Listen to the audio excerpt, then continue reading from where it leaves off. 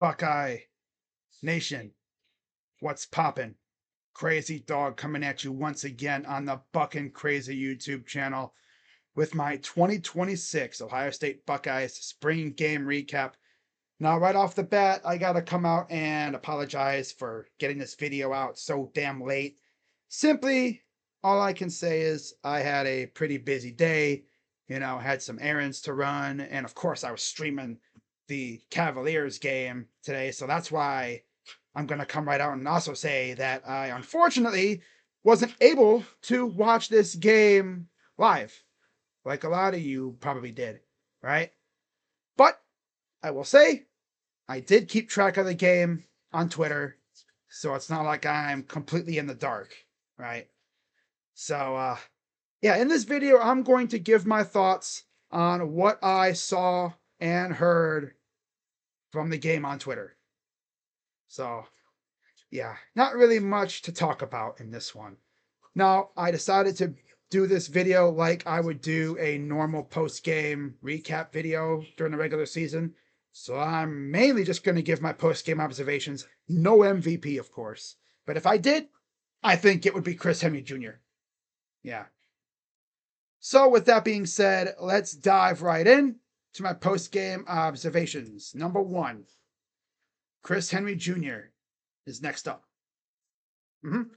He's going to be the next great receiver that comes out of Ohio State, following in the footsteps of the likes of course, Garrett Wilson, Jackson Smith and Jigba, Chris Olave, Marvin Harrison Jr., and of course, Jeremiah Smith.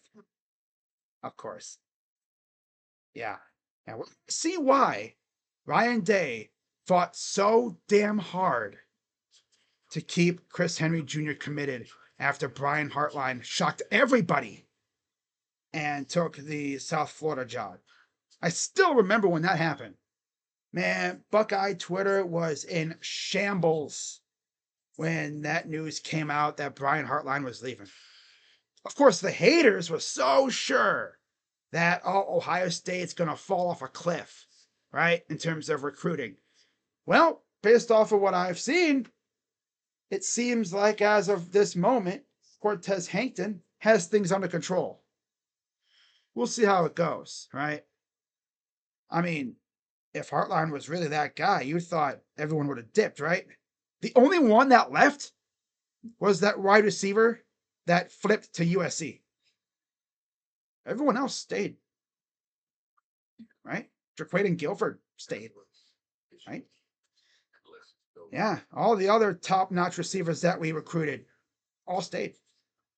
So, Caden Dixon-Wyatt was the only one that left. And I can't even really be mad at him because he essentially stayed home, right? Going to USC. It sucks, but hey, it is what it is, right? Opens up another opportunity for someone else, like a Kyle Parker, right? From LSU. How about McCoon, who we got from UTSA, right? But yeah, Chris Henry Jr. is definitely next up. Number two, and this kind of ties into number three as well. The D-line is going to be really good. Now, people that watch the game, they're on Twitter saying, our O-line kind of stunk. Well, you got to think about it like this. Is our O-line really that bad? Or is our D-line just that damn good? Right? I mean, you could say the same thing about our receivers and cornerbacks, right? I mean, are our cornerbacks not that good? Or is our receivers just that awesome? Or vice versa, right? Maybe our O-line is actually pretty good, but our D-line is just insane. Not to mention, there's a lot of injuries up front, too. Quite a few guys did not play in the spring because of injuries from the offseason. We'll see what this O-line looks like when healthy. That's why I put this O-line needs work and to get healthy. And then, of course, finally, this is a big one here. Special teams might not piss me off this year. We got ourselves a good kicker in Connor Hawkins. He actually brought in a special teams coordinator who seems like he knows what he's doing. I tell you what, right now, guys, the first time Connor Hawkins nails a field goal over 40 yards, build that guy a statue.